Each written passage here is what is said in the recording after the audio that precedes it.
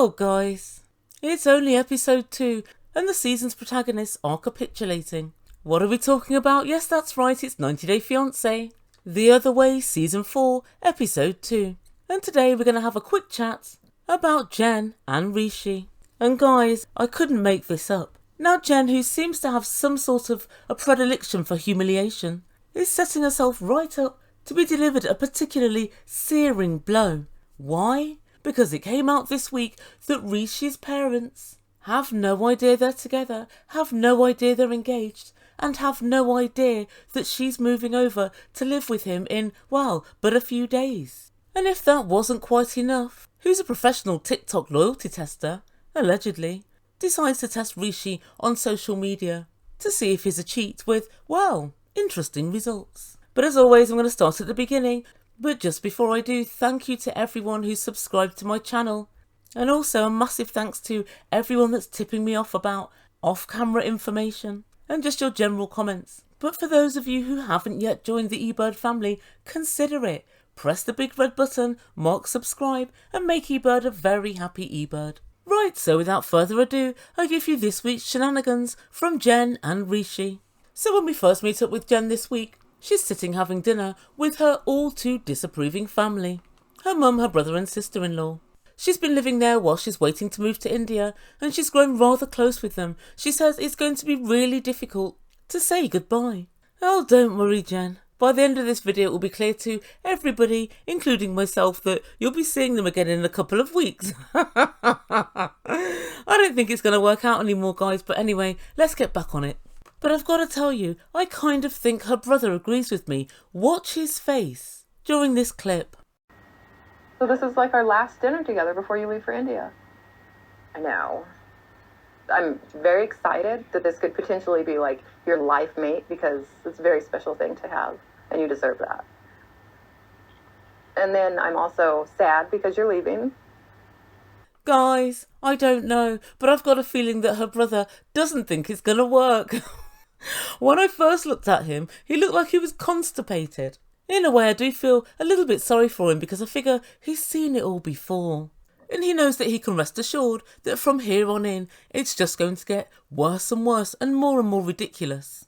And right on cue, Jen lets everybody know that his parents don't know that they're engaged. Everybody seems astounded, except for the brother, who seems battle-weary. And her sister-in-law asked, have you been introduced to them? And she said, well, yeah, but just as a friend. So guys, they don't even know that they're dating, although they may well have guessed. But this tells me one thing and one thing alone. The fact that he hasn't even been able to say, this is somebody I'm interested in, or this is my girlfriend, means that he knows very well that he's going to have a big fight on his hands to get his parents to accept Jen.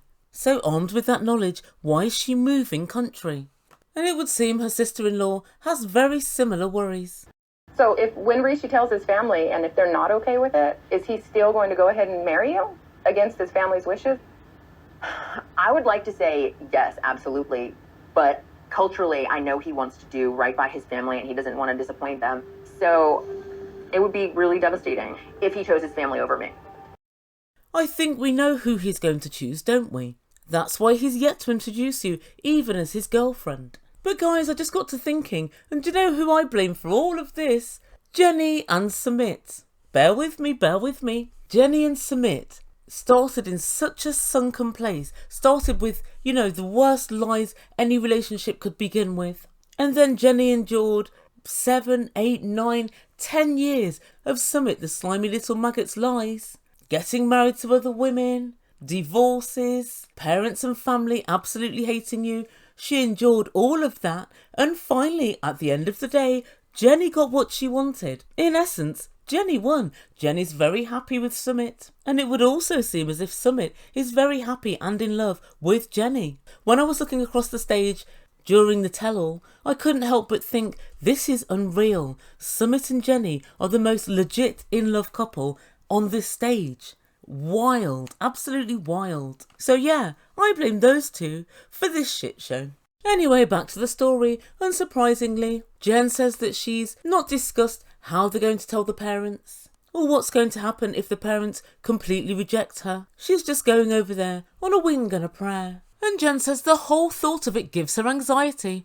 And I would say, well, Jen, pack your Prozac, but I think she's eaten it all in one go. And then she tells production the reason she didn't push Rishi was because she's pushed guys before and it hasn't worked out.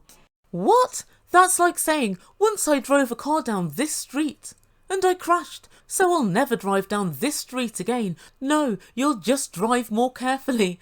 You'll perhaps next time take note that you were driving the wrong way down a one-way street. Jen, in every single situation, when the circumstances are different, you adopt a different methodology. So unless you've previously married a model who you met in a hotel bar from India, who looks like the embodiment of Jesus, everything else that you've done before is virtually irrelevant.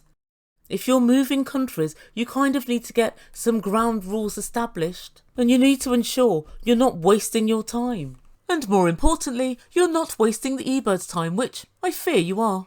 Anyway, enough of me telling Jen to stop wasting her time. Let's meet a couple of her friends. They too think she's wasting her time, and into the bargain, they think that Rishi is, well, slightly shady. So Jen meets up with her friends, and they talk ad nauseum about Jen's previous unhealthy, hostile, toxic, failed relationships. But Lord, these ladies are a trip. I'm not fond of them. The moment Jen started talking, they both started screaming in a decibel that only dogs can hear, and they went all Jerry Springer on her ass. If they know Jen like they say they do, they'll know that she's the purveyor of bad, freaking decisions. So when she told them, Rishi's family don't know we're getting married, I don't know why they were so surprised, but surprised they were, and in equal measures, bloody angry.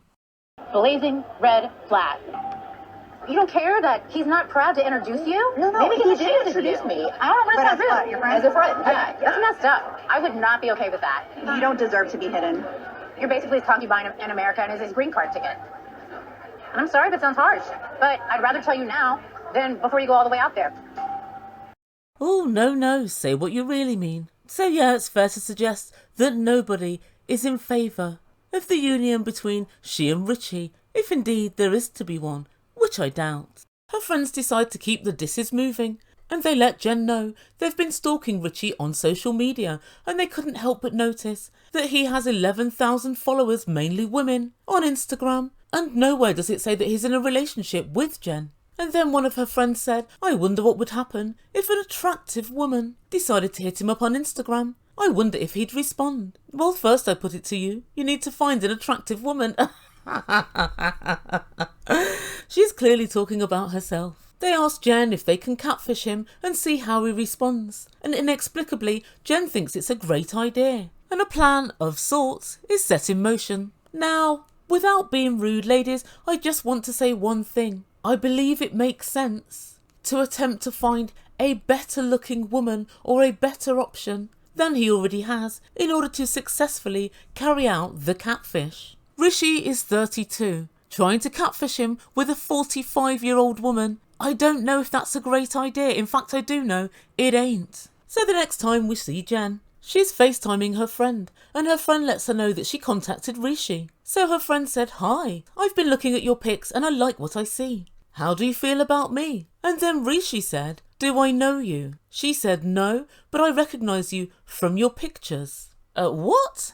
Oh God, okay, the amateurs are at work. And so Rishi replied, okay, well, where are you? And she said, I'm in London right now. And Rishi said, that's right, Rishi said nothing, Rishi blanked you, my love. Rishi left you on red. And this woman thinks it's extremely concerning. I don't think it's concerning at all. If a random person says, I like your pics, you're bound to say, where do I know you from? They may well be going to say, I'd like to book you for a job. He's using his Instagram for business purposes, clearly. Lady, this is not the slam dunk you think it is. She thinks she's all that. And Rishi knows well and good he could find another her in a Walmart car park near you. Guys, I think his level of interaction was low enough to call this a big fat a fail. But she seems to think this concludes it. Rishi's shady. Now don't get me wrong, I think it's highly likely that Rishi's shady. But this, unfortunately, is no proof of it. But she's got the bit between the teeth now. She says this is really incriminating. He's asking me, an attractive female,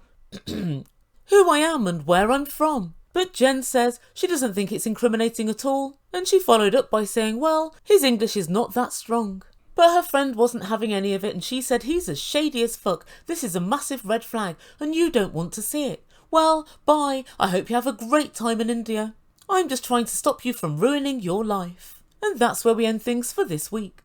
So what does the Ebird make to all of this? Well, the first thing that is a massive red flag is the fact that he hasn't told his parents. We pretty much know where this is going to end, in endless arguments with his family, who he's not going to want to upset in any way. And to me, the major red flag is the fact that Jenny hasn't even spoken to him about how they're going to tell them, or when they're going to tell them, or in fact even if they're going to tell them. And that's why I think this relationship is highly likely to be doomed. But I have to say, the friend's so-called catfishing, Rishi, really didn't work to my mind. This lady looks every bit like she might be a potential client. She looks like a 40-something-year-old magazine editor from London who might want to book him for a job. And I think that's why he probably answered her. And that's also when he realised there's no job coming here or no money, he blanked her. She thinks this is a massive red flag, but I think it's a giant damp squib. You proved nothing.